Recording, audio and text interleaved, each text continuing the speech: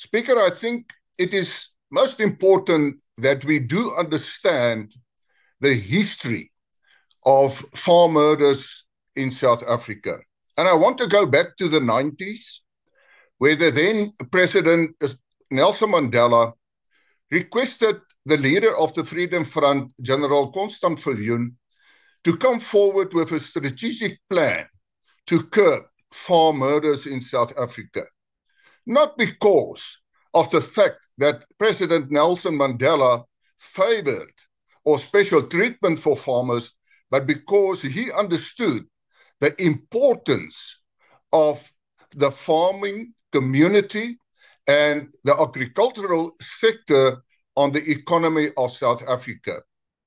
In the party, we allowed General Viljoen and we released him of his responsibilities for 3 months, and he came forward with a comprehensive strategic plan. Although the government after that was reluctant to follow what was the recommendation of that plan. In 2003, the then National Commissioner of Police, Jackie Selebi, came forward with a comprehensive report on farm attacks, which is available.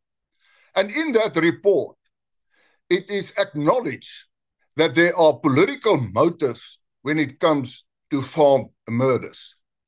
And over the years, we must also acknowledge the fact that farming communities then started to look after their own safety and prevention of crime and farm murders. In the 90s, on average, we had more than 100 farm murders.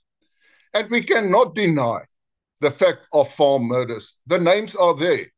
At Nampo, there are more than 2,800 names on the wall of remembrance of farmers killed. And then in 2012, then the police came forward with a strategic plan for rural safety. It continued, but it lacked implementation. Agbare young speaker, in 2017 het ek daarin geslaag om vir die eerste keer 'n debat van nasionale belang in die nasionale vergadering oor plaasmoorde te laat plaasvind. Die wreedhede wat daarmee gepaard gaan het ek uitgelig. Dit is beskikbaar. En die feit van die saak is dat dit kan nie gewone misdaad wees as ons gaan kyk na daardie wreedhede wat gepaard gaan met plaasmoorde nie. En feitelik al die partye in die nasionale vergadering op daardie stadium het saamgestem dat plaasmoorde behoort 'n prioriteit te geniet en daar moet behoorlik aandag daaraan gegee moet word. In 2018, toe het die polisie na vore getree met 'n opgedateerde strategiese plan, maar steeds moet dit geïmplementeer word. Ek wil afsluit, agbare adjunct speaker, om te sê, I want to compliment the present Minister for Police because he makes use of the farm watches that can fight crime for rural areas. And we must strengthen that cooperation. Ons moet hande vat om misdaad in die platteland te kan bestry.